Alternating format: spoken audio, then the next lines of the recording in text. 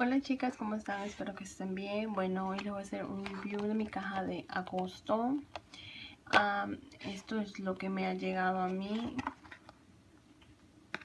Bueno, como pueden ver, esta es la tarjeta de este mes de agosto. Estaremos recibiendo 5 productos.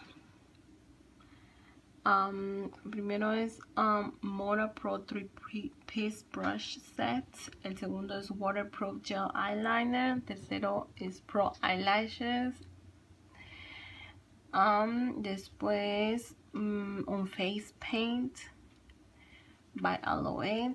Un Rainforest of the Sea Volume 2 by Tarte. Retail prices de $36. El Face Paint es de $35. Las eyelashes son de $14.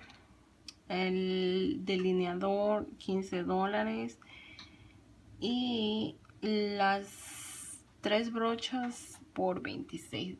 Todo esto solo por $21. Bueno, y esto es lo que me ha llegado a mi caja este mes. Como pueden ver, las pestañas están hermosas, me gustan.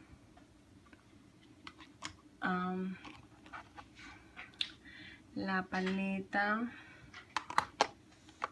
Tarte, esos son los colores, las sombras hermosas.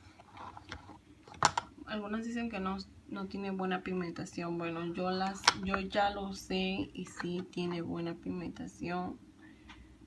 Miren, pueden ver. Siguiente es las 3 brochas. Me han llegado las 3 brochas para hacer un contouring,